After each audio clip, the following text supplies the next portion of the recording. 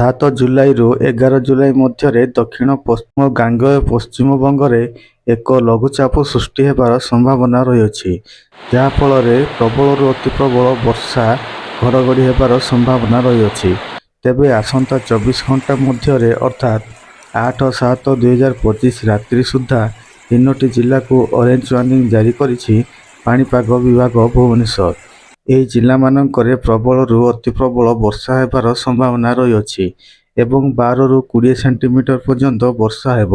19ଟି ଜିଲ୍ଲାକୁ yellow warning ଜାରି କରାଯାଇଛି। ଏହି ଜିଲ୍ଲାମାନଙ୍କରେ ପ୍ରବଳ ବର୍ଷା ହେବାର ସମ୍ଭାବନା ରହିଛି ଏବଂ 7ରୁ 11 ସେଣ୍ଟିମିଟର ପର୍ଯ୍ୟନ୍ତ ବର୍ଷା ହେବ। 8 ଜିଲ୍ଲାକୁ ଗ୍ରୀନ୍ ୱାର୍ଣ୍ଣିଂ ଜାରି କରାଯାଇଛି। ଅରେଞ୍ଜ ୱାର୍ଣ୍ଣିଂ, ୟେଲୋ ୱାର୍ଣ୍ଣିଂ ଜାରି କରାଯାଇଥିବା ଜିଲ୍ଲାମାନଙ୍କରେ ବିଜୁଳି ଘଡ଼ଘଡ଼ି ମାରିବା ସହ 30ରୁ 40 କିଲୋମିଟର ବେଗରେ ପବନ ବହିବ। ତେବେ ଚାଲନ୍ତୁ ଜାଣିବା କେଉଁ ସବୁ ଜିଲ୍ଲାଗୁଡ଼ିକରେ ବିଜୁଳି ଘଡ଼ଘଡ଼ି ସହ ପ୍ରବଳ ବର୍ଷା ହେବ। ତେବେ ସେସବୁର ସମ୍ପୂର୍ଣ୍ଣ ବିବରଣୀ ଜାଣିବା ପାଇଁ ଆମ ଭିଡ଼ିଓଟିକୁ ଶେଷ ପର୍ଯ୍ୟନ୍ତ ଦେଖନ୍ତୁ। ତା ପୂର୍ବରୁ ଆପଣମାନେ ଯଦି ଆମ ଚ୍ୟାନେଲଟିକୁ ସବସ୍କ୍ରାଇବ୍ କରିନାହାନ୍ତି, ତେବେ ଆମ ଚ୍ୟାନେଲଟିକୁ ସବସ୍କ୍ରାଇବ୍ କରିଦିଅନ୍ତୁ ଏବଂ ପାଖରେ ଥିବା ବେଲ୍ ଆଇକନ୍ଟିକୁ ଦବାଇ ଦିଅନ୍ତୁ, ଯାହାଫଳରେ ଆପଣମାନେ ଆମ ଚ୍ୟାନେଲର ପାଣିପାଗ ସମ୍ବନ୍ଧୀୟ ସମସ୍ତ ତଥ୍ୟ ସବୁଦିନ ପାଇପାରିବେ। ତେବେ ରାଜ୍ୟରେ ଜୁନ୍ 1 ତାରିଖରୁ ଆଜି ପର୍ଯ୍ୟନ୍ତ 379.5 ମିଲିମିଟର ବର୍ଷା ହୋଇଛି, ଯାହାକି ରାଜ୍ୟରେ ସ୍ୱାଭାବିକ ବର୍ଷା ହୋଇଛି।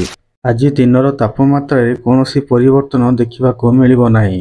ଆଗାମୀ 24 ଘଣ୍ଟା ମଧ୍ୟରେ ଦିନର ତାପମାତ୍ରାରେ 1ରୁ 2 ଡିଗ୍ରୀ ପର୍ଯ୍ୟନ୍ତ ହ୍ରାସ ପାଇବ ବୋଲି ପାଣିପାଗ ବିଭାଗ ପକ୍ଷରୁ କୁହାଯାଇଛି। ନୂଆପଡ଼ା, ବଲାଙ୍ଗୀର, ବରଗଡ଼କୁ ଅରେଞ୍ଜ ୱାର୍ଣ୍ଣିଂ ଜାରି କରାଯାଇଛି।